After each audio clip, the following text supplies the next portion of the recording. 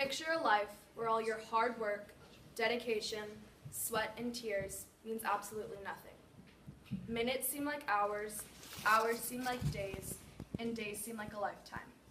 And during those grueling hours, every pull, every dig, every pick, you feel your back getting weaker, your stomach growling for something it cannot have, and in the back of your mind, you know there will be nothing to change this abusive process, and you will not get what you deserve.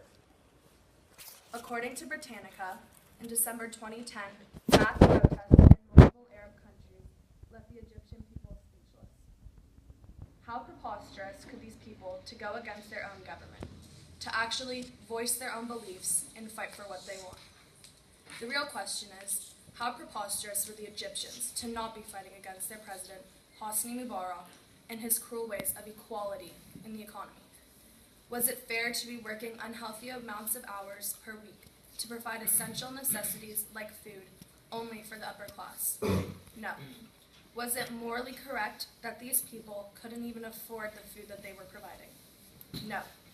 And was it okay that due to brutal working conditions, these employers couldn't keep themselves healthy and avoid diseases and nutrient deficiencies, let alone their families?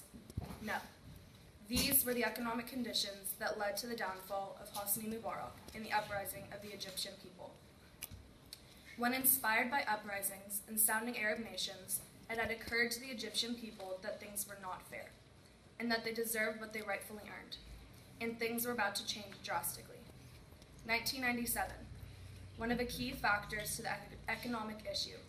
The Egyptian forces and Islamic military dispute in the early 1900s had carried into 1997, when Islamic militants killed many tourists in Egypt, resulting in a sudden drop to tourist rates and the money they provided to so many people in Egypt.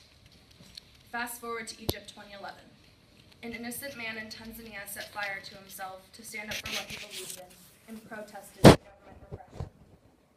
Tired of feeling voiceless and useless in their beloved country, several Egyptian people had followed in that brave man's footsteps. Even though the protests of these inspired people had moved others to follow, the Egyptian economy still had not improved, and those who were employed still did not receive fair pay. In fact, a day's worth of pay for an Egyptian is only $2 here in the US. How different would life be for us if our pay for one day was a mere $2?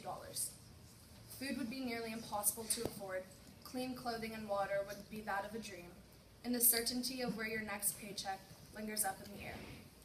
The Egyptians were starving, dying, and realizing that change was needed, and if Hosni Mubarak wouldn't change the fate of the economy, then they would. Today, you will hear us present the economic conditions in Egypt and how they were a significant factor leading to the uprising. We will present the horrifying economic conditions of the past and how they led to starvation and unemployment for the Egyptian people.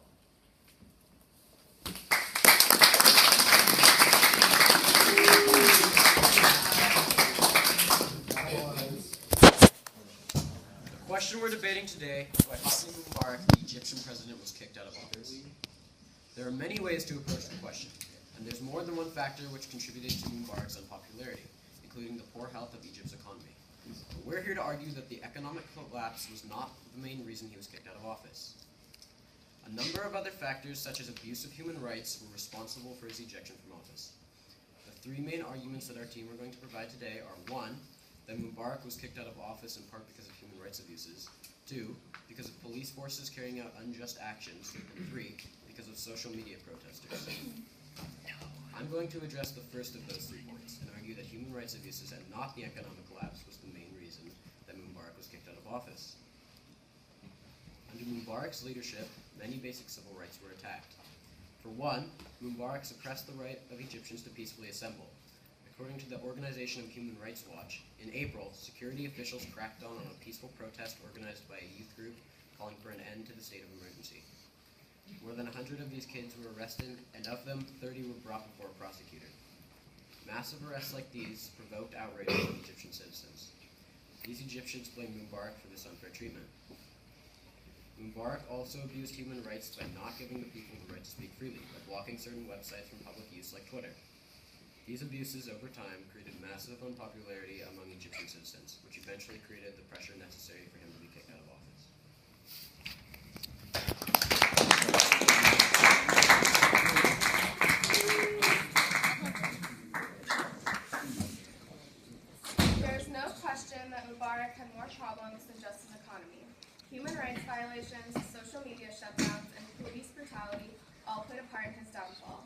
there is no denying the fact that all roads lead back to a shattered economy.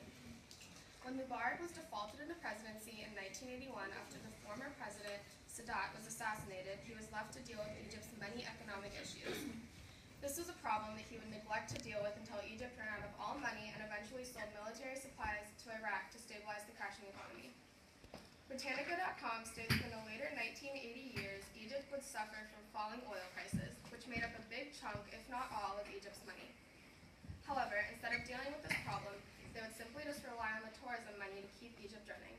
But this plan obviously wouldn't work. In 1991, Egypt signed the Economic Reform and Structural Adjustment Program with the IMF and the World Bank. This caused the Egyptian pound to be devalued, interest rates were raised, and subsidies were lowered on fuel and food. These terrible policies especially harmed the lowest class of the poor Egyptian people, who were already suffering dramatically. Although many could say that Mubarak had control over this situation, even the tiniest belief went away during his second ruling of power.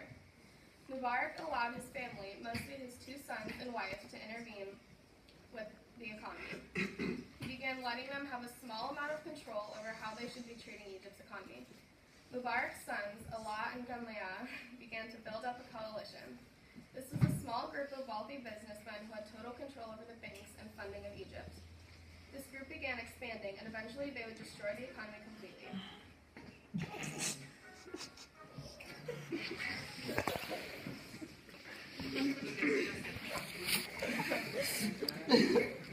This process made the rich richer and the poor poorer.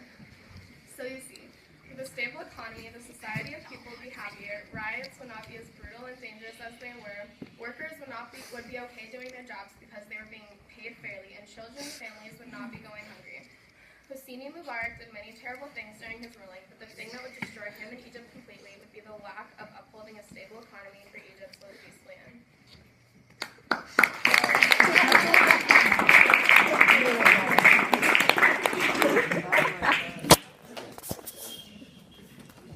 During Mubarak's rule, the economy crashed many times before 2011. What I'm saying is that the economy could have been a small factor in the downfall of Mubarak, but not a main reason. One of the main reasons that we think is how the social media started to spread the word about how people in America and people in Europe could be free and vote and have basic human rights. And so Mubarak was elected in 1982, and ever since then things have been going down for Egypt. How human rights were starting to be taken away, and people couldn't publicly speak freely, and people couldn't peacefully assemble. Sorry, that keeps turning. Okay. When people started to get educated, they started realizing how unfair this was. So we believe that the main reason for the revolution was how Mubarak denied many people human rights. Rights like giving people the right to speak freely and peacefully, and to assemble without being riots, making riots. So taking away these rights pushed people over the edge. People revolted and started to peacefully assemble in the streets and then start protesting against Mubarak. People started to speak their minds on social media and spread the word of how Mubarak is treating people unfairly. And after a while, the government shut down social media, which also kind of proves our point that if they were so worried about social media, they would shut it down, which they did. So, yeah. And this is why we think that the revolution was not caused by the downfall of the economy. It was caused by Mubarak, being a kind of a jerk. It was people and not giving people anything they deserved. And so, yeah.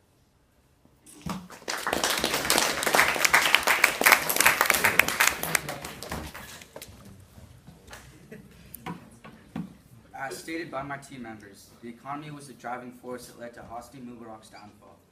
The economy led to the frustration of the people long before the other problems that were caused. It was shown by Al Jazeera in 2010, almost a full year before the protests in January of 2011 began, that 40% of the Egyptian population lived off $2 a day. That is not even enough for a full meal from McDonald's. $2 a day. Can you imagine that? Having to pay for not just food, but other basic necessities on $2 a day. A more recent article from TheGuardian.com showed that many people have to spend 50% of their salary on food. 50% of your salary just to feed your family. That's crazy, especially if you see that people are only living off $2 a day. If that were the case, that would be $1 to spend on any other resources besides food. That would not be possible to do in America. There would be slim chance that any American could find a way to do this, and yet the Egyptians are. Imagine their struggle. In an interview with an Egyptian architect named Hoda Goma, she said that she is close to spending 4/5 of her salary on food now just for her 2 sons.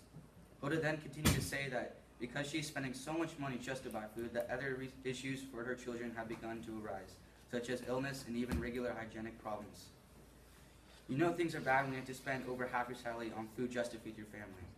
Another interview from The Guardian said that a local normal father named Mustafa had to start selling drugs on the streets to help provide for his wife and 2 sons, one who was a newborn baby, because his job as a driver was simply not enough. Poverty was an issue long before anything else, especially since such a large portion of the population, 25.2%, is considered poor, and since 23.7% of people are struggling and very close to be considered poor. That is almost half of Egypt's population, 48.9%, in poverty or just barely above it. My opponent said that the economy crashed many times before 2011, which only helps prove my point in being that the citizens were already frustrated by the economy. A large portion of Egypt's population had been struggling economically, which caused a lot of anger and frustration. That was the initial issue that got things rolling, the driving force, and then things just began to snowball as other issues began to arise. I think it is clear at this point that the economy was the issue before and was the main issue now to leading to the downfall of Hosni Mubarak. Any other issues arose as the economy was a problem and the anger of the citizens was already there.